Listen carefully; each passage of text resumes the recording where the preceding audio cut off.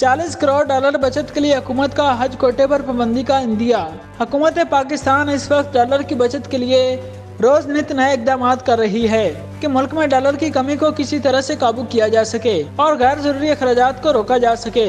इसी सिलसिला की एक कड़ी के तौर पर वफाकी हुकूमत ने ज़र मुबादला के ज़खायर बचाने के लिए इस साल हज पर कोटे की पाबंदी लगा दी है और हुकूमत को उम्मीद है कि इसके इस इकदाम से मुल्क में 40 करोड़ डॉलर बच जाएंगे, ताहम बैरून मुल्क पाकिस्तानी अपने रिश्तेदारों या दोस्तों को ज़र मुबादला की शक्ल में अदायगी करके कोटे के जरिए हज पर भेज सकेंगे। तफसीलात के मुताबिक ये फैसला वफाकी वज़ीर खजाना इसहाक डार और वज़ीर मजहबी अमूर मुफ्ती अब्दुल शकूर के दरमियान होने वाली मुलाकात में किया गया है। अब इसे कमीना के इजलास में पेश किया जाएगा, जहाँ से हज के अखराजात समेत इस फैसले की मंजूरी ली जाएगी। इस साल हज अखराजात 12 से 13 लाख रुपए रहने की तवक्को है, जो पिछले साल के मुकाबले में 5 लाख रुपए ज्यादा होंगे। वजारत मजहबी अमूर के assistant director media Umar Bhat के मुताबिक ज़र मुबादला की किल्लत की वजह से आधे हाजी ओवरसीज पाकिस्तानियों की तरफ से भेजी जाने वाली रकम, जबकि आधे पाकिस्तानी रुपए की शक्ल में अदायगी करके हज पर जा सकेंगे।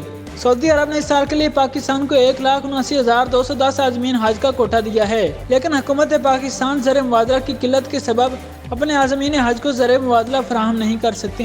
ये पहली दफ़ा है कि हुकूमत पाकिस्तान अपने हाजियों को मुतल्लिका ज़रूरत के मुताबिक डॉलर फराहम नहीं कर पा रही और इसी वजह से इसको सऊदी अरब से मिलने वाले हज कोटा मुकम्मल तौर पर दस्तयाब नहीं हो सकेगा। जबकि माजी में हुकूमत पाकिस्तान हर साल सऊदी अरब से अपने हज कोटे में इजाफे की दरख्वास्त करता था। पाकिस्तान इन चंद मुस्लिम ममालिक में से हैं जिसको सऊदी अरब सबसे ज्यादा हज कोटा फराहम करता है और पाकिस्तान ने यह कोटा हमेशा इस्तेमाल भी किया है।